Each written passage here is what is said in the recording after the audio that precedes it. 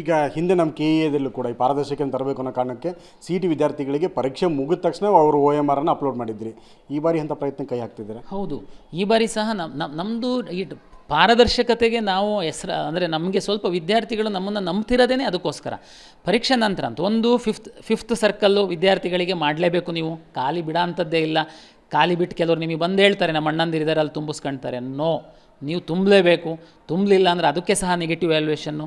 Okay, ತುಂಬಿದ ಮೇಲೆ ನಾನು ನಿಮಗೊಂದು ವಾರ ನಾನು ಒ ಎಮ್ ಆರ್ನ ನಾನು ಇಲ್ಲಿ ಇಟ್ಕೊಂಡು ನಾನು ರಿಸಲ್ಟ್ ಬಿಟ್ಟರೆ ಏನು ಪ್ರಯೋಜನ ಇಲ್ಲ. ನಿಮಗೆ ಅದೊಂದು ತಲೆ ಒಳಗಡೆ ಕೊರಿತಾ ಇರುತ್ತೆ ಅನುಮಾನ. ಎಕ್ಸಾಮ್ ಆದ ದಿವಸ ನಾವು ಬೆಂಗಳೂರಿಂದೆಲ್ಲ ಅವತ್ತೇ ಕಲಬುರಗಿ, ರಾಯಚೂರು, ಧಾರವಾಡ, ದಾವಣಗೆರೆ, ಮೈಸೂರು ಇಲ್ಲಿ ಅಂದರೆ ವ್ಯವಸ್ಥೆ ಕೊಟ್ಟಿರೋದು ಜಿಲ್ಲಾಧಿಕಾರಿಗಳು ಸ್ವತಃ ಜಿಲ್ಲಾಧಿಕಾರಿಗಳ ಕಚೇರಿನಲ್ಲೇ ಆ ಜಿಲ್ಲೆದನ್ನು ಮತ್ತು ಪಕ್ಕದ್ದು ಒಂದು ಜಿಲ್ಲೆದನ್ನು ಸ್ಕ್ಯಾನ್ ಮಾಡ್ತಾರೆ. ನಮ್ಮದು ಅಲ್ಲಿಂದನೇ ಎಕ್ಸ್ಕ್ಲೂಸಿವ್ ಲೀಸ್ ಲೈನ್ ಇದೆ, ಅದರಲ್ಲಿ ಅಪ್ಲೋಡ್ ಆಗುತ್ತೆ. ಕೆಲವು ಜಿಲ್ಲೆಗಳಂದರೆ ಸರ್ಕಾರ ನಮಗೆ ಹಂತವಾಗಿ ಮುಂದಿನ ದಿನಗಳಲ್ಲಿ ಎಲ್ಲ ಜಿಲ್ಲೆಗಳಲ್ಲಿ ಸ್ಕ್ಯಾನಿಂಗ್ ಮಾಡಬೇಕು ಅಂತೇಳಿ ಒಂದು ಸರ್ಕಾರದ್ದು ಆಶಯ ಇದೆ. ಒಮ್ಮಿಗೆ ಮಾಡಲಿಕ್ಕಾಗಲ್ಲ. ಜಿಲ್ಲೆಗಳು ಸದ್ಯಕ್ಕೆ ಅವತ್ತೇ ಅಪ್ಲೋಡ್ ಆಗೋದು. ಈ ಸರಿ ನಾವು ಸ್ಕ್ಯಾನಿಂಗ್ ಸೆಂಟರ್ನ ಕಲಬುರಗಿ, ರಾಯಚೂರು, ದಾವಣಗೆರೆ, ಧಾರವಾಡ, ಮೈಸೂರು ಇಷ್ಟು ಜಿಲ್ಲೆಗಳಲ್ಲಿ ಹೆಚ್ಚುವರಿಯಾಗಿ ನಾವು ಸ್ಕ್ಯಾನಿಂಗ್ ಸೆಂಟರ್ನ ನಾವು ಮಾಡ್ತಾಯಿದ್ದೀವಿ. ಅದಕ್ಕೆ ನಾವು ನಿಯರ್ ಬೈ ಒಂದೊಂದು ಜಿಲ್ಲೆಗಳನ್ನ ಅಟ್ಯಾಚ್ ಮಾಡಿದ್ದೀವಿ. ಅದನ್ನು ಅವತ್ತೇ ನಾವು ಮಿಡ್ನೈಟ್ ಒಳಗಡೆ ಲೈವ್ ಆಗುತ್ತೆ, ಮಕ್ಕಳು ತಾವು ನೋಡ್ಬೋದು. ಅದು ಹೆಂಗೆ, ನಿಮ್ಮದು ಮಾತ್ರ ಅಲ್ಲ, ಎಲ್ಲರೂ ನಿಮ್ಮ ಸೆಂಟ್ರಲ್ ಬರ್ದಿರ ಎಲ್ಲರದು ತಾವು ನೋಡ್ಬೋದು. ಜೊತೆಗೆ ಉಳಿದಿದ್ದ ಜಿಲ್ಲೆಗಳೆಲ್ಲ ಓವರ್ ನೈಟ್ ಇಲ್ಲಿ ಬರ್ತಾರೆ. Next day maximum 3 PM or 4 PM ಒಳಗಡೆ ನಾವು ಎಲ್ಲರದು ಒ ಎಮ್ ಆರ್ನ ವೆಬ್ಸೈಟಲ್ಲಿ ಹಾಕ್ತೀವಿ. ಆಮೇಲೆ ನಾವು ಕೀ ಆನ್ಸರ್ ಬಿಡ್ತೀವಿ. ಯಾರ್ದೋ ವಿದ್ಯಾರ್ಥಿ ನೇಮಕ ಇಂಡೈರೆಕ್ಟಾಗಿ ಸೇರಿಕೊಂಡ್ರು ಅಥವಾ ಅವ್ರು ಇನ್ಫ್ಲುಯೆನ್ಸಲ್ಲಿ ಆದರು ಅಥವಾ ಅವ್ರಿಗೆ ಯಾವುದೋ ಒಂದು ಇಲಾಖೆ ಹಸ್ತಕ್ಷೇಪ ಆಗಿದೆ ಅಂಥದ್ದಕ್ಕೆ ಅವಕಾಶ ಇಲ್ಲ. ಯಾಕಂದರೆ ಎಲ್ಲರದ್ದು ಒ ಎಮ್ ಆರ್ ಡಿಸ್ಪ್ಲೇ ಆಗೋದ್ರಿಂದ ವಿದ್ಯಾರ್ಥಿ ತನ್ನದಷ್ಟೇ ಅಲ್ಲದೆ ಬರೋದ ಎಲ್ಲ ವಿದ್ಯಾರ್ಥಿಗಳು ಒ ಎಮ್ ಆರ್ ನೋಡ್ಬೋದು. ಅವ್ರು ಎಷ್ಟು ಅಂಕ ತಗೋತಾರೆ ಅಂತ ಅನ್ನೋದನ್ನು ಕೂಡ ಅವ್ರು ಜಡ್ಜ್ ಮಾಡ್ಬೋದು. ಹೌದು, ನಾನು ಒ ಎಮ್ ಆರ್ ಸ್ಕ್ಯಾನ್ ಮಾಡಿ ಅಪ್ಲೋಡ್ ಮಾಡುವಂಥದ್ದು ಉದ್ದೇಶನೇ ಅದು. ಏಕೆಂದರೆ ಎಲ್ಲರೂ ನೋಡಲಿ, ಇಲ್ಲಿ ಮುಚ್ಚಿಡುವಂಥದ್ದು ಏನೂ ಇಲ್ಲ. ನಮಗೇನು ಪಾರದರ್ಶಕತೆ ಬೇಕು, ಕಷ್ಟಪಟ್ಟು ಓದಿರೋ ವಿದ್ಯಾರ್ಥಿಗಳಿಗೆ ನ್ಯಾಯ ಸಿಗಬೇಕು. ಹಾಗಾಗಿನೇ ಎಲ್ಲರೂ ಒ ಎಮ್ ಆರ್ನ ಹಾಕಿ ನಂತರ ಕೀ ಆನ್ಸರ್ ಬಿಡ್ತೀನಿ. ಸುಮಾರು ವಿದ್ಯಾರ್ಥಿ ತುಂಬ ಇಂಟೆಲಿಜೆಂಟ್ ಇರ್ತಾರೆ, ಇವನ್ ಕೀ ಆನ್ಸರ್ ನೋಡಿಬಿಟ್ಟು ಅವರೇನೆ ಎಲ್ಲರದೂ ನೋಡ್ತಾರೆ. ಅದಾದಮೇಲೆ ಎನಿವೇ ಅಬ್ಜೆಕ್ಷನ್ ಕರೆದು ನಾನು ಕೀ ಆನ್ಸರ್ ಮೇಲೆ ವ್ಯಾಲ್ಯೂಯೇಷನ್ ಮಾಡಿದ ಮೇಲೂ ಅಷ್ಟೇ ನಾನು ತಾವು ಎಲ್ಲ ವಿದ್ಯಾರ್ಥಿಗಳಿಗೆ ಗೊತ್ತಿದೆ, ಎಲ್ಲ ವಿದ್ಯಾರ್ಥಿಗಳ ಮಾರ್ಕ್ಸನ್ನು ಬಿಡ್ತೀನಿ.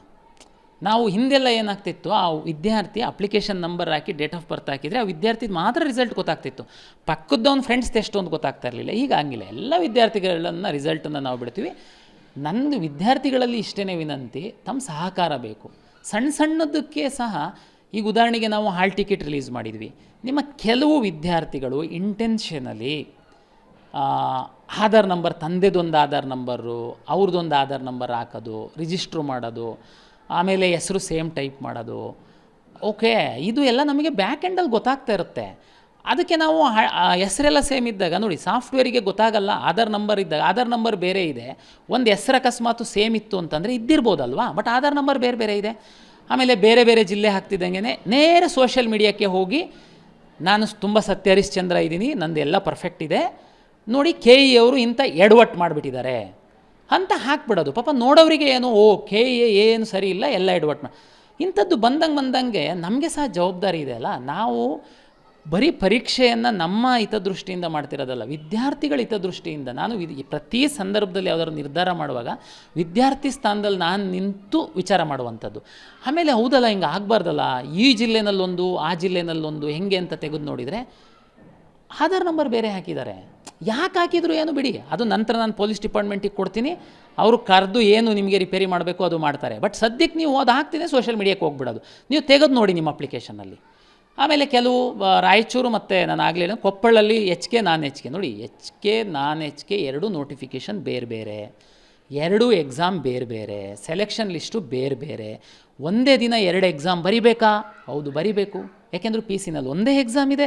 ಬೇರೆ ಎಲ್ಲ ಕಾಂಪಿಟೇಟಿವ್ ಎಕ್ಸಾಮಲ್ಲಿ ನೀವು ಬೆಳಗ್ಗೆ ಒಂದು ಮಧ್ಯಾಹ್ನ ಒಂದು ಎಕ್ಸಾಮ್ ಬರೀತಿದ್ರಿ, ಹೊಸದೇನಲ್ಲ. 2 ಪತ್ರಿಕೆ ಬರೀಬೇಕು. ಎಚ್ ಕೆದು ಪ್ರತ್ಯೇಕ ನೋಟಿಫಿಕೇಷನ್, ಪ್ರತ್ಯೇಕ ಎಕ್ಸಾಮ್ ಮಾಡಬೇಕು ಅಂತ ಹೇಳಿದ್ದಾರೆ ಬಿಡ, ಒಂದು ವಾರ ಬಿಟ್ಟು ಮಾಡಿ ಅಂತಲ್ಲ.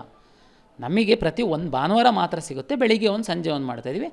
ಕೆಲವು ಬೆಂಗಳೂರು ಟ್ರಾಫಿಕ್ ಸಮಸ್ಯೆ 2.5 hour ಗ್ಯಾಪ್ ಇತ್ತು ಅನ್ನುವಂಥದ್ದು ನಮ್ಮ ಗಮನಕ್ಕೆ ಬಂತು.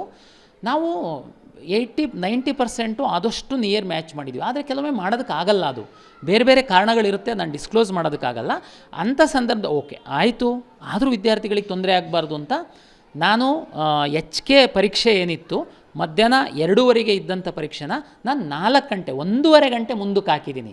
ದಯಮಾಡಿ ಮತ್ತೆ ಸೋಷಿಯಲ್ ಮೀಡಿಯಾದಲ್ಲಿ ಪೋಸ್ಟ್ ಮಾಡಿ ತಮ್ಮ ಸಮಯನ ಹಾಳು ಮಾಡ್ಕೊಳ್ಳೋದ್ರ ಬದಲು 4 ಗಂಟೆ ಇದೆ, ಬೆಂಗಳೂರಲ್ಲಿ ಯಾವ ದಿಕ್ಕಿಗೆ ಬೇಕಾದ್ರೂ ಹೋಗ್ಬೋದು, ತಾವು ದಯಮಾಡಿ ಅಭ್ಯಾಸ ಮಾಡಿ ಅನ್ನುವಂಥದ್ದು ವಿದ್ಯಾರ್ಥಿಗಳಲ್ಲಿ ವಿನಂತಿ. ಕೊನೆಯದಾಗಿ ಅಭ್ಯರ್ಥಿಗಳು ಏನು ವಿದ್ಯಾರ್ಥಿಗಳನ್ನ ಪರೀಕ್ಷೆ ಬರೀತಾರೆ ನಾಳೆ ರವಿವಾರ, ಅವರಿಗೆ ತಮ್ಮ ಕೈಯಿಂದ ಏನು ಸಲಹೆ ಕೊಡ್ತೀರಾ? ಏನು ಮಾಡಬೇಕು, ಅವರು ಏನು ತಪ್ಪುಗಳನ್ನ ಮಾಡಬಾರ್ದು? ನೋಡಿ, ನಮಗೆ ಈ ಹಿಂದಿನ ಪರೀಕ್ಷೆದು ಒಂದು ಟ್ರೆಂಡ್ ನೋಡ್ತು ಅಂತಂದರೆ, ನಮ್ಮದು ಒಂದು ಪರೀಕ್ಷಾ ಸಿಲೆಬಸ್ ಏನಿದೆ ಅದಕ್ಕೆ ಪರಿಮಿತಿ ಒಳಗಡೆ ನಾವು ಮಾಡಿರ್ತೀವಿ. ಕೆಲವೊಮ್ಮೆ ವಿದ್ಯಾರ್ಥಿಗಳು ಪರೀಕ್ಷೆ ಕಷ್ಟ ಸುಲಭ 2 ರೀತಿ ಇದೆ. ನಾನು ಅಪ್ಲಿಕೇಶನ್ ಹಾಕಿದ ಮೇಲೆ ಯಾರು ಓದೋದಕ್ಕೆ ಶುರು ಮಾಡಿದ್ದಾರೆ, ಖಂಡಿತ ಅವ್ರಿಗೆ ಕಷ್ಟ ಇದ್ದೇ ಇರುತ್ತೆ. ಯಾರು ನಿರಂತರವಾಗಿ ಇದಕ್ಕೆ ಹಿಂದಿಂದ ಅಭ್ಯಾಸ ಮಾಡ್ತಿದ್ದಾರೆ ಅವರಿಗೆ ಈಸಿ ಇರುತ್ತೆ. ವಿದ್ಯಾರ್ಥಿಗಳಿಗೆ ನನ್ನ ಮನವಿ ಏನು ಅಂತಂದರೆ, ಪರೀಕ್ಷಾ ಕೇಂದ್ರಕ್ಕೆ ಸ್ವಲ್ಪ ಬೇಗ ಹೋಗಿ, ಅಲ್ಲಿ ಫೋಟೋ ನಿಮ್ಮದು ಚೆಕ್ ಮಾಡೋದಿದೆ, ಫ್ರಿಸ್ಕಿಂಗ್ ಪ್ರಾಪರ್ ಮಾಡೋದಿದೆ. ಏನಾಗುತ್ತೆ, ಲಾಸ್ಟ್ ಮೂಮೆಂಟಲ್ಲಿ ಹೋಯಿತು ಅಂತಂದರೆ ನಿಮಗೆ ಟೆನ್ಷನ್ ಆಗುತ್ತೆ, ಪರೀಕ್ಷೆ ಮೇಲೆ ಅದು ಪರಿಣಾಮ. ಯಾಕೆ ಇಷ್ಟು ದಿವಸ ಓದಿರ್ತೀರ ನೀವು, ಅದು ಪರೀಕ್ಷೆ ಮೇಲೆ ಪರಿಣಾಮ ಬೀರುತ್ತೆ. ನಮ್ಮ ಹಿಂದಿನ ಅನುಭವದಲ್ಲಿ ಕೆಲವು ವಿದ್ಯಾರ್ಥಿಗಳು ಹಾಲ್ ಟಿಕೆಟ್ ಅಡ್ರೆಸ್ಸೇ ಪ್ರಾಪರಾಗಿ ನೋಡಲ್ಲ. ದಯಮಾಡಿ ಹಾಲ್ ಟಿಕೆಟ್ ಅಡ್ರೆಸ್, ಬೆಂಗಳೂರು ಹೆಂಗಿದೆ, ವಿಶೇಷವಾಗಿ ಜಿಲ್ಲೆಯಲ್ಲಿ ತೊಂದರೆ ಇಲ್ಲ, ಬೆಂಗಳೂರಲ್ಲಿ ಹೆಂಗೆ ಇರುತ್ತೆ ಅಂತಂದರೆ, ನಿಮಗೆ ಒಂದು ಮಲ್ಲೇಶ್ವರಂ ಅಂತಂದ್ರೆ ಕ್ರಾಸ್ ನೋಡಿರಲ್ಲ ನೀವು, ಮಲ್ಲೇಶ್ವರಂ ನೋಡಿರ್ತೀರ, ಒಂದೊಂದು ಕ್ರಾಸಲ್ಲಿ ಒಂದೊಂದು ಕಾಲೇಜ್ ಇರ್ತವೆ.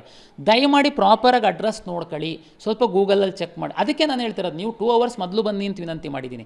ಮಿಸ್ಟೇಕ್ ಆಗಿದ್ರೂ ಅಕಸ್ಮಾತು ಆ ಕಡೆ ಈ ಕಡೆ ಕ್ರಾಸ್ ಅಂತಂದರೆ ಹೋಗ್ಬೋದು.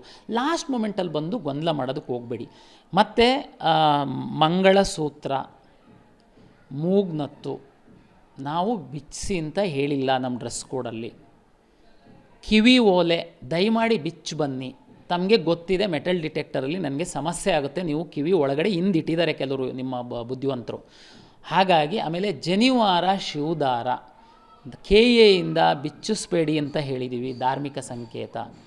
ದಯಮಾಡಿ ಯಾವುದು ನಮ್ಮ ಡ್ರೆಸ್ ಕೋಡ್ ನಿಮಗೆ ವಾಟ್ಸಪ್ಪಲ್ಲಿ ಕಳಿಸಿದ್ದೀವಿ, ನೋಡಿ ಅದಕ್ಕೆ ಪ್ರಿಪೇರ್ ಆಗಿ ಬನ್ನಿ. ಕೇಂದ್ರದ ಮುಂದ್ಗಡೆ ಬಂದು ಗೊಂದಲ ಸೃಷ್ಟಿ ಮಾಡಬೇಡಿ ದಯಮಾಡಿ. ಅದರಿಂದ ಏನಾಗುತ್ತೆ, ಅದು ನಮಗೆ ಏನು ಪ್ರಾಬ್ಲಮ್ ಆಗಲ್ಲ. 3,77,000 ವಿದ್ಯಾರ್ಥಿಗಳು ಪರೀಕ್ಷೆ ಬರೀತಾ ಇದ್ದಾರೆ. ನಿಮಗೆ ಮಾನಸಿಕವಾಗಿ ತೊಂದರೆ ಆಗುತ್ತೆ, ನಿಮ್ಮ ಪರೀಕ್ಷೆ ಮೇಲೆ ಅದರದ್ದು ಪರಿಣಾಮ ಬೀಳುತ್ತೆ.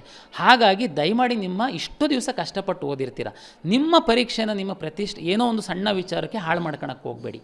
ದಯಮಾಡಿ ನಮ್ಮ ನಿಯಮಗಳನ್ನ ಪಾಲನೆ ಮಾಡಿ ಸ್ವಲ್ಪ ಬೇಗ ಬನ್ನಿ. ಕಾಮಾಗಿ ತಮಗೆ ನೆನಪಿರಲಿ, 100 ಕ್ವಶನ್ಸಿಗೆ ಬೇರೆ ಎಲ್ಲ ಪರೀಕ್ಷೆನಲ್ಲಿ 2 ಗಂಟೆ ಇರ್ತಿತ್ತು, ಇದು 1.5 ಗಂಟೆ ಇದೆ, ಅಷ್ಟು 100 ಕ್ವಶನ್ಸೇ ಇದೆ. ಹಾಗಾಗಿ ತಾವು ಸ್ವಲ್ಪ ಸಮಾಧಾನವಾಗಿ ಕೂತ್ಕೊಂಡು ಸ್ವಲ್ಪ ಮಾಡಬೇಕಾಗತ್ತೆ. ಎಲ್ಲರಿಗೆ ಶುಭವಾಗಲಿ, ಒಳ್ಳೆ ರೀತಿ ಪರೀಕ್ಷೆ ಬರೀರಿ, ಹೆಚ್ಚಿನ ಪೋಸ್ಟ್ಗಳಿದ್ದಾವೆ. ನಮ್ಮ ಕಡೆಯಿಂದ ಎಷ್ಟು ಪಾರದರ್ಶಕವಾಗಿ ಮಾಡಲಿಕ್ಕೆ ಎಲ್ಲ ಸಾಧ್ಯತೆಗಳಿದೆ, ಎಲ್ಲದನ್ನು ನಾವು ಮಾಡ್ತಾಯಿದ್ದೀವಿ. ಧನ್ಯವಾದಗಳು. Thank you. ಇದಿಷ್ಟು ಕರ್ನಾಟಕ ಪರೀಕ್ಷಾ ಪ್ರಾಧಿಕಾರದ ಕಾರ್ಯನಿರ್ವಾಹಕ ನಿರ್ದೇಶಕರಾಗಿರುವಂತಹ H. ಪ್ರಸನ್ನ ಮಾತುಗಳು. ಕ್ಯಾಮರಾಮನ್ ಬಾಲಾಜಿ ಜೊತೆ ವಿನಯ್ ಕುಮಾರ್, ಕಾಶ್ಮೀರ TV9 ಬೆಂಗಳೂರು.